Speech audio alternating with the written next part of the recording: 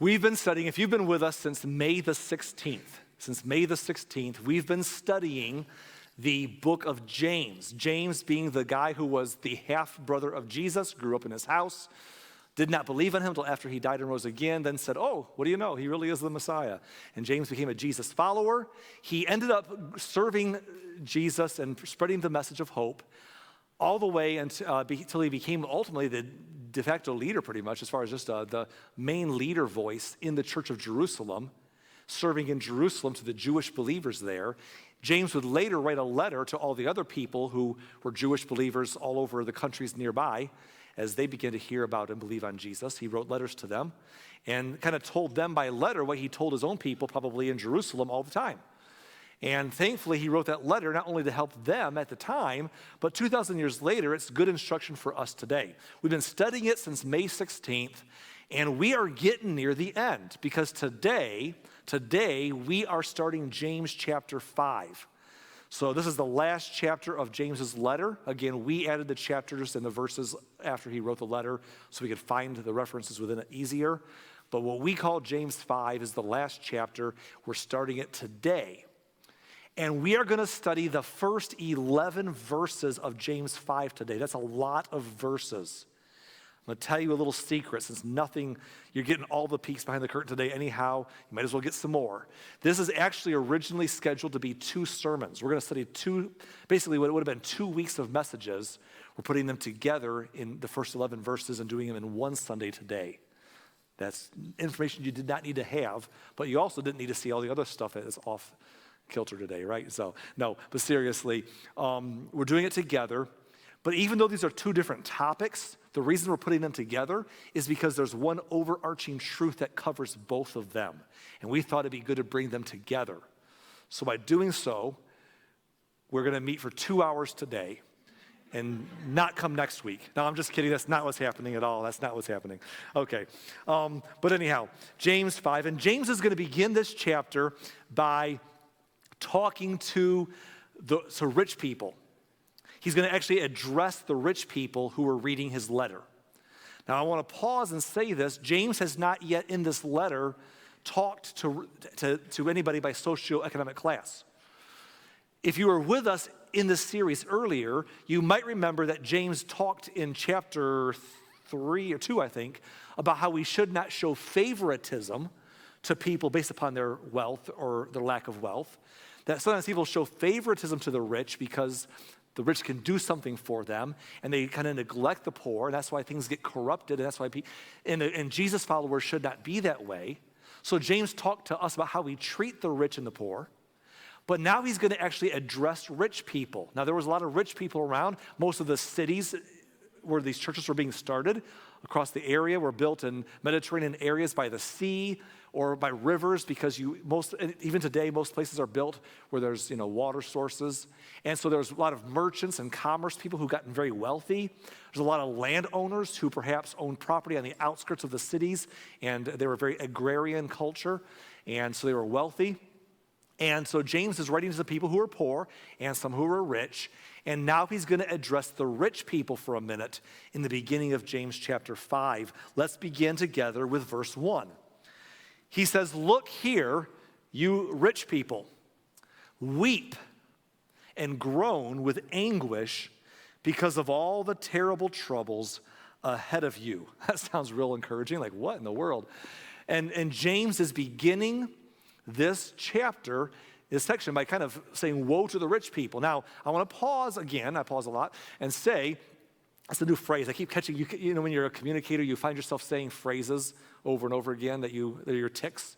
Like for a while there, I was always saying, don't miss this. I might still do that, I don't know. But now apparently I say, let me pause a lot. So if you hear me say it from now on, there's a contest. You got to take a shot of Coke Zero every time I say, let me pause here for a moment, okay? And so that's great. Anyhow, so let me pause here for a moment. James is not saying rich people are bad and poor people are good. Nor is he saying that rich people are good and poor people are bad. That's not the point here. I want to say that at the beginning because we're going to unpack some stuff, but it'd be easy to think that there's just a big old boo bad rich people or boo bad whatever. the truth is that that kind of thinking leads to bad doctrine in any culture of society or any religion in the world, apart from Christianity even. But sadly, including Christianity, there's some bad thinking. For example, there are religions in the world today, and sadly, there's a sect of Christians today that have a prosperity mentality of religion that somehow believes that if you're a person of faith, if you're a person who deserves it, or you believe or say the right things, that you'll be healthy, wealthy, and wise, and all the stuff will go your way. You'll speak the right words, and you're going to prosper with money and all the good stuff, and everything's going to go your way.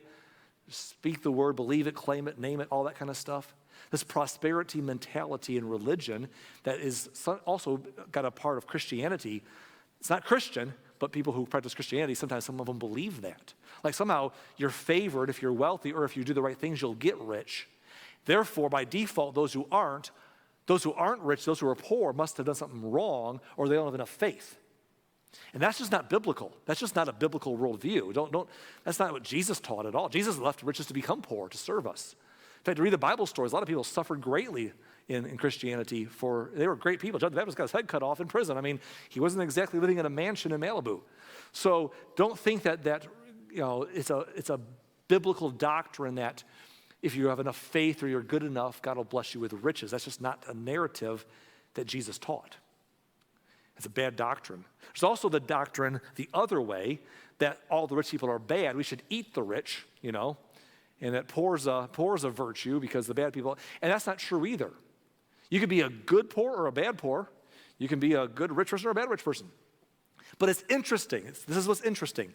Interestingly, in Scripture, oftentimes there's great warnings against the rich because there are dangers that come with becoming rich. In fact, Jesus one time told a rich young ruler who came to see him that if he wanted to be perfect, he should sell everything that he owned, give everything away to the poor, and come follow him. Jesus told his disciples shortly thereafter, it's easier for a camel to go through the eye of a needle than for a rich person to enter God's kingdom. Not because rich is bad, but because rich brings different temptations and struggles. For example, richness brings us a sense that we don't need God. Who needs faith? I got what I need. I can trust in my wealth. So faith falls by the wayside, and we see this in developed nations. The richer a nation is, the more Christianity fades because people become agnostic because we assume the more we have, the more we just don't need God. God becomes a burden, some concept we can just wish away. Prosperity brings a lack of faith, and so rich people sometimes dismiss God. They don't believe they need him. Also, there's the idea that we get rich sometimes by doing unethical things to become rich, right? Like, for example, Paul said to Timothy in the book of Timothy that the love of money is the root of all sorts of evil. That people covet after money and they'll do all sorts of bad things to cheat, steal, embezzle, get ahead, do wrong, and sell their soul to get rich. But what does it profit a person to gain the whole world and lose your own soul? And sometimes people will do wrong things out of a love and lust for money. And then when they get it, they usually continue to do bad because they've already sullied themselves to be rich. So you can either have a greed mentality that you get rich the wrong way, or you lose faith or become corrupt with your money, buy yourself out of trouble, become unethical. So there's a lot of warnings in the Bible about riches being dangerous. In fact, here's one example. We won't get into this, but did you know that Jesus' most harsh parable and story that Jesus told, just like very pointed, was centered around this topic? It's the one where Jesus talks about hell, actually. That's a whole conversation in itself. What's interesting is that it's built around the story of a rich man and a poor man named Lazarus who lived near him, that he ignored his needs because he said, who cares about him? I'm cared for. And Jesus is very, very clear that the haves are not better than the have-nots. If anything, they're more accountable to do something right other than live for themselves. So James is going to address a topic that you see throughout Scripture, not that rich people are bad, but that often rich people have become in a bad place that's very anti-Christ in its mentality. And James says, look, rich people, weep and groan with anguish because of all the troubles, the terrible troubles ahead of you. To which maybe someone would hear James say that and say, what terrible troubles? They're rich. They can buy themselves out of any problems that are coming their way. But James says, no, listen. Verse 2, he says this, your wealth is rotting away.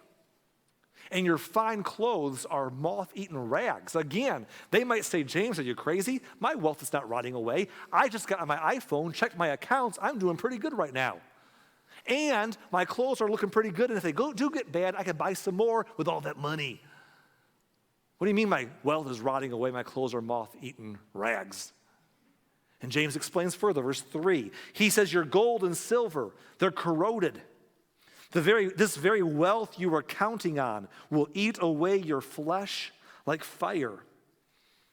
This corroded treasure you have hoarded will testify against you on the day of judgment. And there it is. He mentions the treasure you've hoarded. There's part of the problem right there, the hoarding. The hoarding. We don't like to call ourselves hoarders.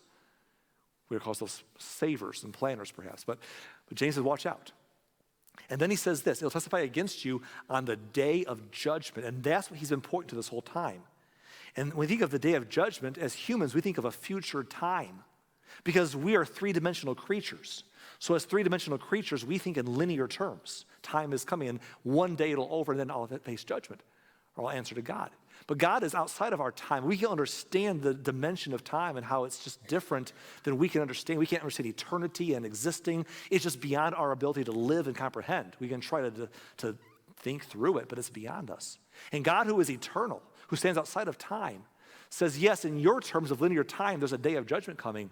But basically, he's saying it's already here. God's already in the moment. That's why in the last verse, he says your stuff's already diminished because it's already as good as done. And it's hard for us to grasp, but he says there's a day of judgment coming. Why? Why is James being so harsh to these rich people? Like, what did they do to make James say these things? And he explains why in verse 4. Look at it with me. Verse 4, for listen, hear the cries of the field workers whom you have cheated of their pay. He says, some of you're so rich that you own fields. You have property. You own property outside of the cities, and you have lodged, and you could buy the fields with your money. And on top of that, you could plant with your income, and then you could hire workers with the promise of pay, and you're just trying to make a good harvest to make more of a profit, and they're just trying to feed their families, and you can hire them, and then they can work for you. They're grateful for the job because they need the money. You're grateful for the workers. You need the field harvested. And then in the end, you cheat them out of their pay so that you can be further ahead, so you can make more of a profit. While meanwhile, they're suffering with nothing to show for it. He says, watch out. Watch out. Because you're taking advantage of others for your own gain. He says, those cries of those of you who've cheated, he says, those cries of your harvest, of those who harvest your fields, have reached the ears of the Lord of heaven's armies. In other words, he that created us and made the ear has ears to hear the cries of those who are wrong. And by the way, that should stick with all of us right there, shouldn't it? Like whenever we wrong anybody, whenever we do wrong to anybody, whenever we wrong people, let's remember that the cries of those that we wrong along the way, their cries reach God's ears. That should be a challenge to all of us. Not just to do right because we care about people, but because we fear God. We respect God. And he hears the cries. And what James is saying to these people in this passage is a very clear message that I want you to get this today. He is saying, hey, God is coming and he will make it right. That's what James is saying. It's a big statement. God is coming one way or the other. God is coming. Either God is going to come back and this whole experiment that we're living on down here is going to be over one day. He's going to return. Or, like we saw last Sunday, our time's going to be up because we don't know what tomorrow brings or we don't know how long. Our whole life's like a morning fog. So either God's coming back and end this whole experiment or our time will be up before we know it. Or God's going to come and step into our world while we continue on and do something about it. And to intervene in our circumstances. Either way, one way or the other, God is coming and he will make it right in the end.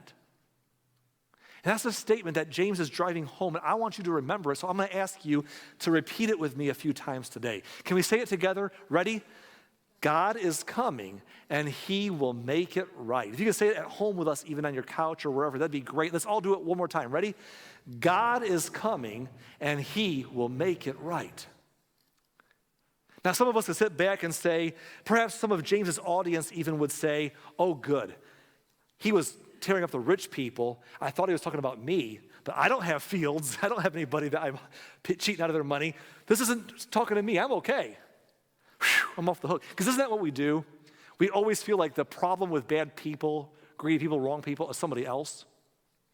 Like, I'm sure that the people who James was talking to who owned the fields, at first they thought he was talking to other bad, rich, greedy people. Then he's like, I'm talking to you. And then we can say, well, I don't own fields, and I don't hire workers, so it's not me. But he's talking about a heart issue that transcends. It's so hard to see this in ourselves. So James explains in verse 5 the heart behind the problem. Don't miss it. Verse 5.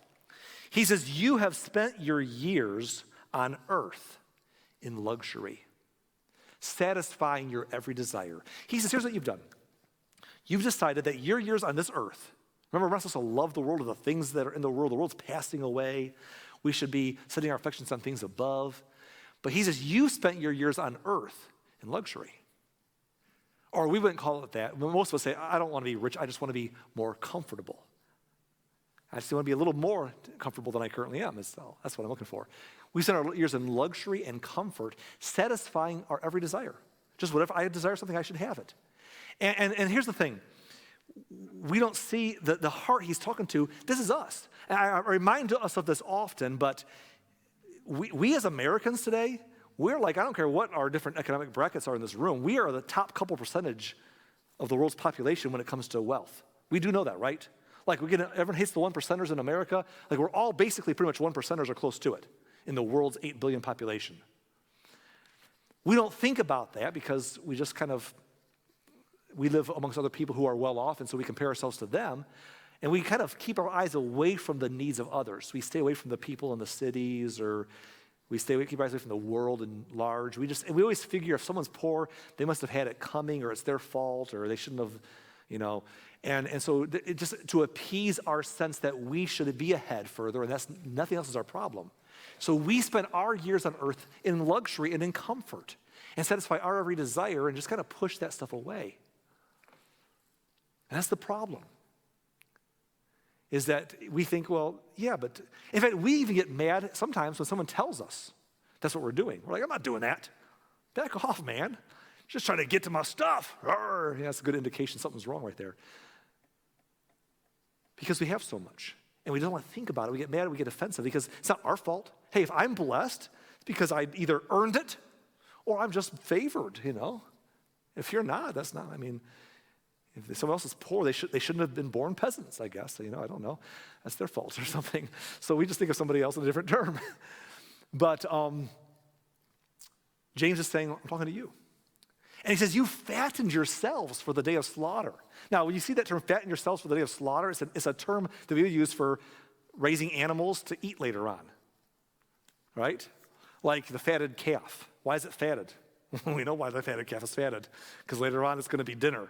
It's like the turkey in Thanksgiving time, right? You all know about the story that, you get the turkey nice and fat. Imagine the turkey with the other turkeys, they're fattening the one up, and he's like, gobble, gobble, hey, friends, look at all the food they're giving me, gobble, gobble. I'm special, ha, not sharing with you, too bad, gobble, gobble. And then come Thanksgiving, and it's like, whop. The other guy's like, you go ahead and keep all that food, And so James is using an analogy saying some of us, we're getting ahead of everyone else in life, and we think, gobble, gobble, look at me. I'm just blessed and favored and earned it and better. Gobble, gobble. And James says, you're fattening yourselves up for a day of slaughter. He's being very pointed. And what he's putting his finger on is the idea of greed. Now, if you've been around here before, we've given you a definition of greed many times. And when we come by a good definition, we like to repeat it over and over so it sticks with us. Because this is not our definition. We didn't invent it, but we said it's so good. We've brought it to you many times. Same thing we do in the kids program. We have some concepts that we teach and reinforce over and over again through the year so that hopefully they stick inside of their craw. So this is a definition we've given you before, and I'll give it to you again. What is greed? Greed is the assumption that it's all for my consumption. That's a good definition of greed. Greed is when I assume that everything that comes my way in life, the benefits, opportunities that come my way, I assume that it's there for me to consume. It's because I deserve it, I've earned it, or I'm special, I'm favored. It's just, I don't know. I never consider that I have privilege. I never consider that I've been given an opportunity that others don't have. I never consider just things out of my control. I just assume that it's all there for me to consume. And I assume that if you don't have something, that's your problem. You've either done something wrong, or again, you shouldn't have been born peasants. I don't know. It's not my problem. I just know that I'm blessed. And whatever comes my way is for me.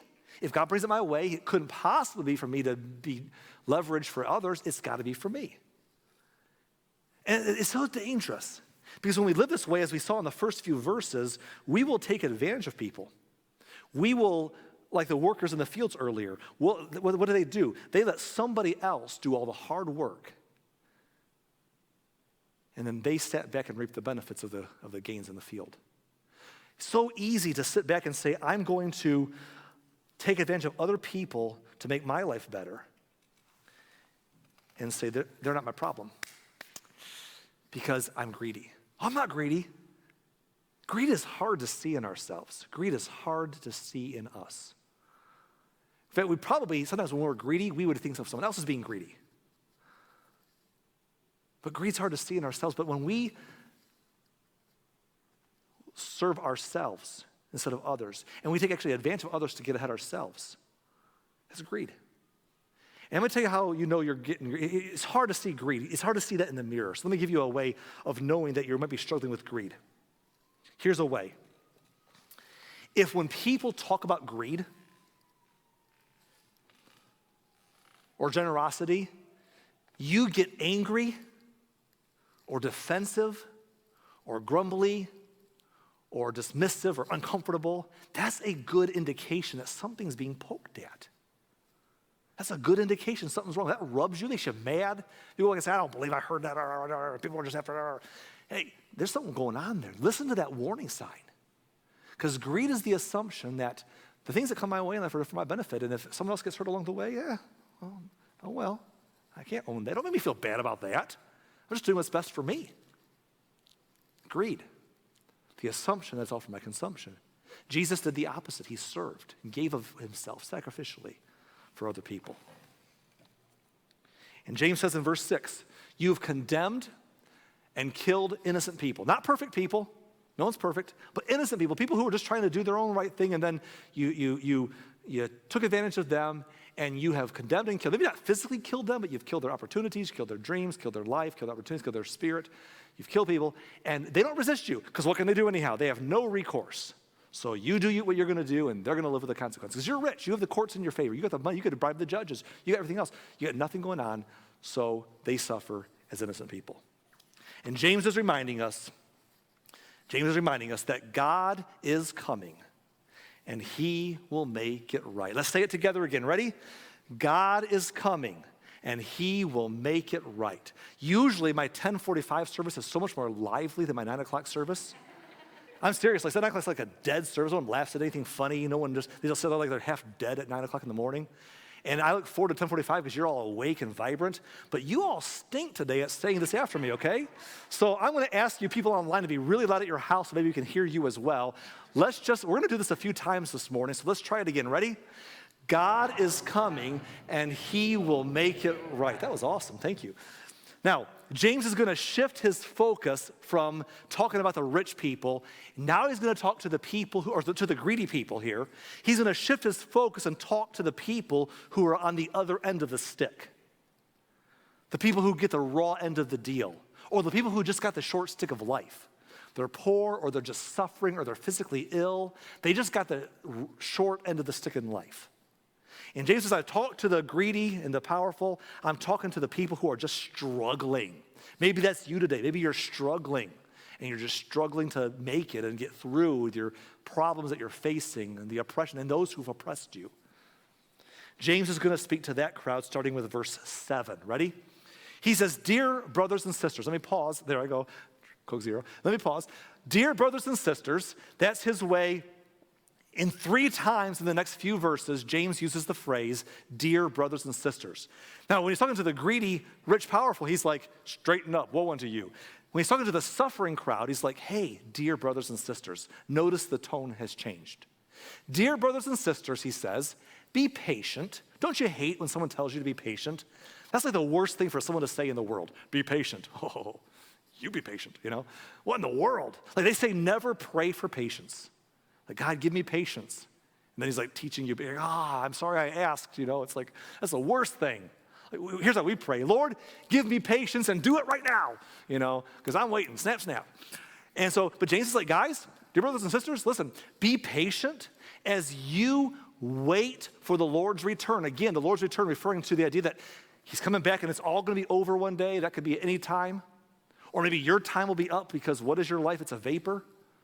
Or maybe he comes and returns to take care of your problem as your life continues afterwards. But either way, you're waiting for the Lord to do something. Be patient as you wait for the Lord's return. And he says this, consider the farmers. Now, this is interesting because these people would understand farming. They were an agricultural, agrarian society. They understood farming the way that you and I think we do, even though many of us aren't farmers probably. He says, consider the farmers who patiently wait. Now, here's what farmers do. Right? You know this. They go out and they till their fields, and then they plant all the seed, and then they have to just wait for the rain. Especially in that culture where they couldn't water more naturally, you know, wait for the rain, wait for the harvest. And they have to patiently wait because they can't control that part. It's like when my son Brett was in Crown Europe Point Junior Bulldogs football. There was a man whose son was on the team all those years with him for several years. And the man said, he was a farmer. He had a lot of property, tons of property down south of here. And every time he'd say, I think he said reverend or some weird thing like that. I don't know what reverend means, but Reverend, pray for rain. My crops need rain. Pray for rain, man. We need. And then next week, Reverend, pray for rain, man. We need some rain. And then it started raining, and I see him, Reverend, pray it stops raining. Please pray it stops. It needs to stop raining. And then later on, pray for rain. You know, but the waiting game. I remember watching him every week was a new emotional ride. And but you know what they have to do? They plant their fields, and then they have to patiently wait. They patiently wait for the rains and the former rains, the latter rains, the fall, the spring rains. He says they eagerly look for the valuable harvest to ripen. They're out there and they don't know when it's going to come, but it's going to come soon. Oh, it's starting to grow. Ooh, it's not ripe yet, but it's getting there, right? They're just waiting patiently and eagerly looking. And isn't that a good term? They patiently wait while they eagerly look. They know it's coming. They know it's coming, but they don't know exactly when, but they know it's coming. So they patiently wait while they eagerly look. While they patiently wait, while they eagerly look, while they patiently wait. And James is saying that's what you're supposed to do. Verse 8, he says, you too must be patient. Take courage, for the coming of the Lord is near. He says, I want you to take courage. I want you to patiently wait while you eagerly look, while you patiently wait, and don't lose faith, don't lose hope, and don't lose heart. Take courage while you patiently wait and eagerly look.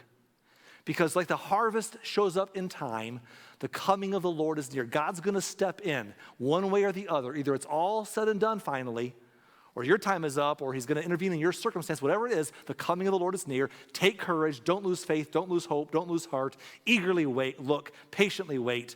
Take courage. In other words, James is reminding them, God is coming, and he will make it right. Notice the change of tone. Earlier he's like, hey, greedy, rich, bad people, God is coming, he'll make it right. Now he's saying to the sufferer, hey, be patient. Eagerly look, take courage. Guess what? It's rough right now, you're struggling right now, you're barely hanging in there right now, but God is coming. He will make it right.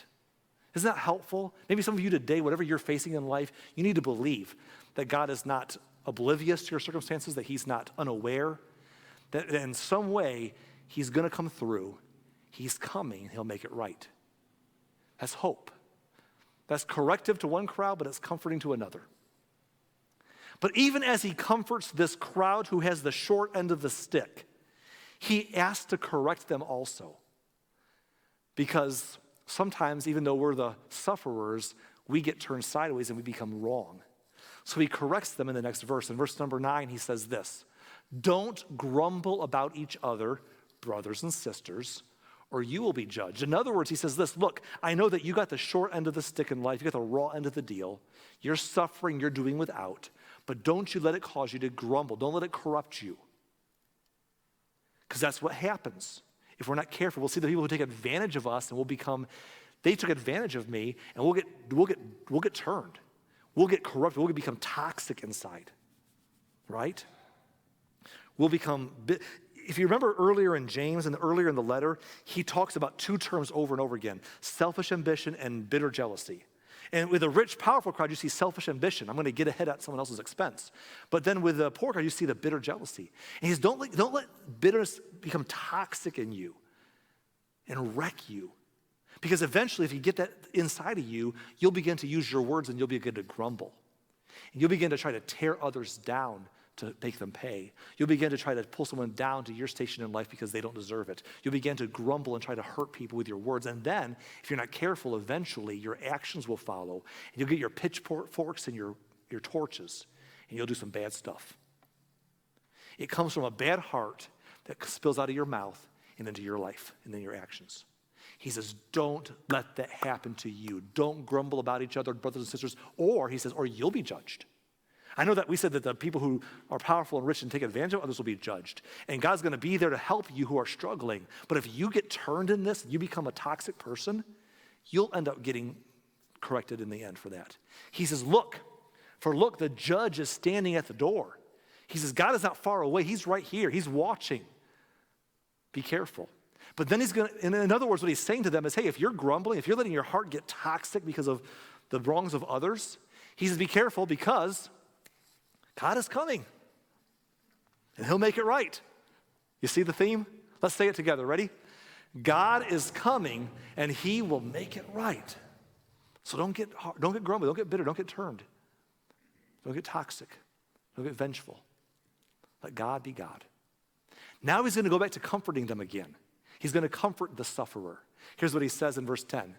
He says, for examples of patience and suffering, dear brothers and sisters, look at the prophets who've spoken in the name of the Lord. In other words, you need to find some examples of others who've suffered with patience.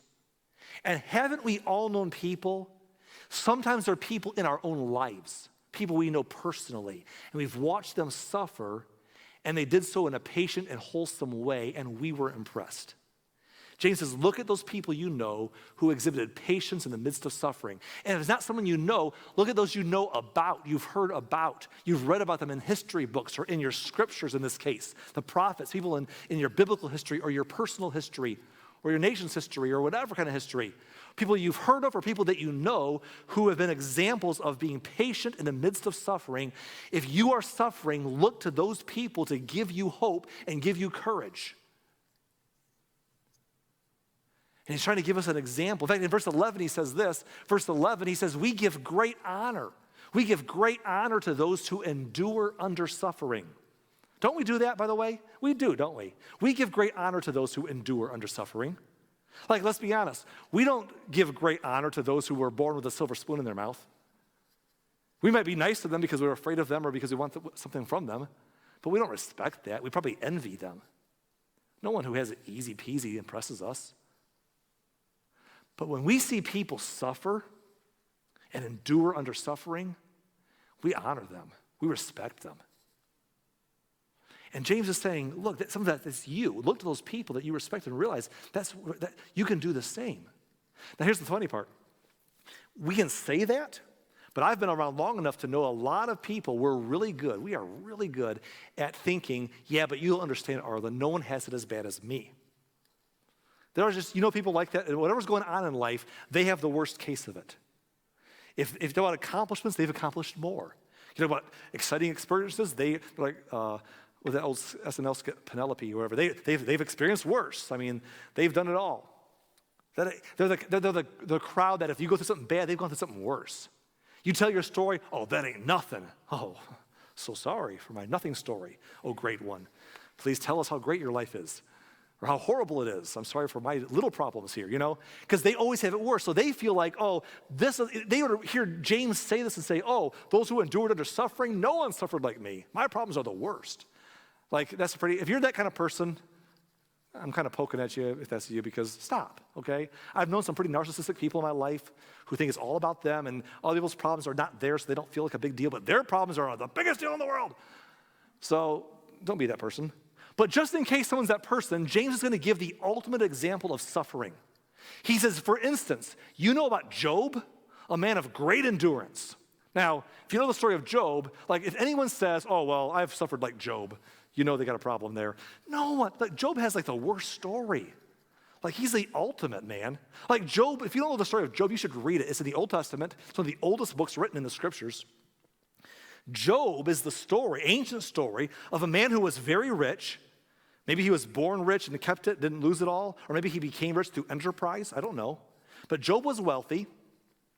And Job was a good man, God-fearing man, a man of prayer, raised his family, everyone in the region knew him for his wealth and his generosity. He was just a good person. And the story of Job, his story it starts off as a narrative about what happens to him, and the book ends with the wrap-up narrative. But in the middle of that long book is a kind of a poetic dissertation between multiple people about God's working in the middle of suffering. And what's happened in the story is that Job has all this wealth and all this means, and his kids are grown, and then one day, everything falls apart in short time. Like in a short time, everything falls apart. His wealth is completely destroyed. Either natural disasters wipe out a big portion of his wealth, or bad players come along and steal the rest of his wealth, and between one side or the other, he loses all of it. On top of that, while he's grieving that, his children are all together and a tragic accident takes place and all his kids die. And Job literally loses everything. And he's trying to be the right person. He's grieving, but he's trying to say, well, God knows, and God gave, God took away. And he's trying to walk through that pain with a right spirit and a right heart. But shortly thereafter, his health gives way, maybe under the stress of all that he lost and trying to cope with that. And obviously it's a spiritual thing, we know that from the story, but Job's health just falls apart. And he's in extreme pain. It's a painful health crisis that he's going through. He's suffering physically. And he's lost everything he's had, and he's grieving, and he's physically suffering. His wife, who is also grieving because she's lost everything, looks at him as exasperated and says, why don't you just curse God and die? And Job has some friends show up who spend the first week comforting him. Then after a week, they're like, Job, you probably should realize that God's judging you. You did something wrong to deserve what's happening to you. Thanks a lot, my friends. And it's an amazing story. And again, we could all be like, that's me. I'm totally me and Job, But James is trying to say, look, there are people who've suffered worse than any of us have, like Job. Just for a minute there, can we realize that we always honor those who can do the right thing even though it's hard? And James says, look, you can see how the Lord was kind to him at the end. For the Lord is full of tenderness and mercy. See, the Lord was kind to Job in the end. The end of Job's story, things turned around. His health improved. He got better. I don't know if through one means or the other, through whether God blessed him through more enterprise or whatever. He ended up in his life with more wealth than he had ever owned before. Even though you can't replace your kids, he ended up with a new family, had 10 more children, and life went on. It's an interesting story. And while he had his hardships that he could never get past in life, his critics were shut up. His life was turned right upside up again. And not only was his life blessed in his life before it was over, but here we are thousands of years later, still letting Job's story minister to us today. He's still changing lives today. And at the end, God was kind to him, even though he suffered. Because the Lord is full of tenderness and mercy. And James is trying to say, don't lose faith, don't lose hope, don't lose heart. If you're in that end of things, hang in there. You know why?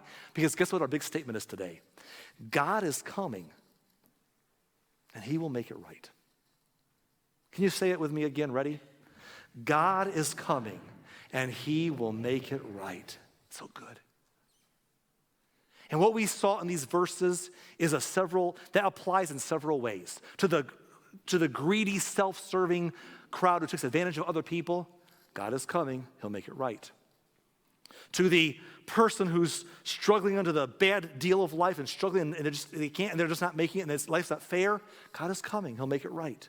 For those who get twisted and toxic because of that and become a person who takes vengeful spirits and says things they shouldn't say and does things they shouldn't do, God is coming. He'll make it right.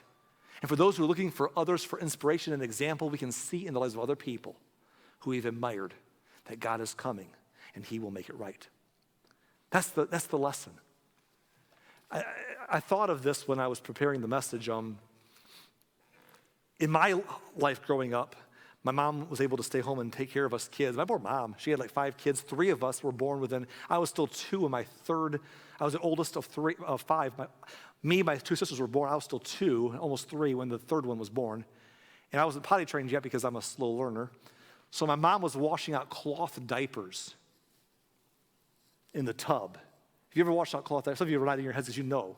For 3 of us. And God bless her. And she stayed home. She was able to stay home while we grew up for most of our lives until we were teenagers. And be there. But my dad was gone. And I remember there was always the ultimate threat when we were misbehaving. You know what my mom would say? You wait till your dad gets home. Oh, that was like the ultimate threat. Because poor moms, can I commiserate for moms here? Moms are always there like, stop that, don't do that. Because like, yeah, whatever. And then dad walks, he's like, hey, oh. You know, not always, I'm just being stereotypical, but it just seems like that's not fair. Anyhow, so my mom was like, wait till your dad gets home. You know, when I was in trouble, I did something wrong, and my mom says, when your dad gets home, he's gonna deal with you. I would like spend some serious time with me and Jesus, praying for my dad to get overtime for the next 5 years. And, or that the rapture would take place, or that, and I'd be the best son in the world for the rest of the day. And before I knew it, the driveway, I could hear the car pulling the driveway. Oh no, he's home, you know. Mom, you lovely woman who I love so much, you know. Have mercy upon my pitiful soul, you know. But you know, he was coming. But you know that whenever I was in trouble, when something bad happened to me, when I needed help, I couldn't wait when Dad would get home. Because he could make it right. That wasn't some of your home dynamic, I know. But James is kind of nodding back to the idea that he's like, God is coming, and he'll make it right. And that could either be comforting to you or correcting to you, but God is coming, and he'll make it right. So in these verses, we see 3 applications, and we're done. The first one is this. He says, don't take advantage of people. Listen, don't take advantage of people. Don't take advantage of people. And he says, because, listen, God is coming, and he will make it right. We also saw in these verses him saying, hey, if you're getting the bad end of the deal sometimes in life, hey, don't take matters into your own hands. Be careful that you don't get turned. Because God is coming. He'll make that right. He'll make it right. But if you're suffering, if you're trying to do the right thing and you're just trying to do the right thing and trying to do it the right way, not that you say you are but you're not, or you say you are but it's not true, but it's true to you, you're just doing right and you can't control it. You can't fix it. Nothing you can do. You just got to live with what it is. Take comfort and hope. Don't lose faith. Don't lose hope. Don't lose heart. Don't lose heart. Because God is coming. He'll make it right. And that's both corrective and comforting. And in my life, it's been both corrective and comforting. But I hope that when you leave here today and you think of James chapter 5, verses 1 through 11 in the future, you'll remember this statement. This will be the statement that you take with you that reminds you of what James is communicating to everybody, no matter what their situation is. It's a statement that fits every situation on one form or another, that God is coming and he will make it right.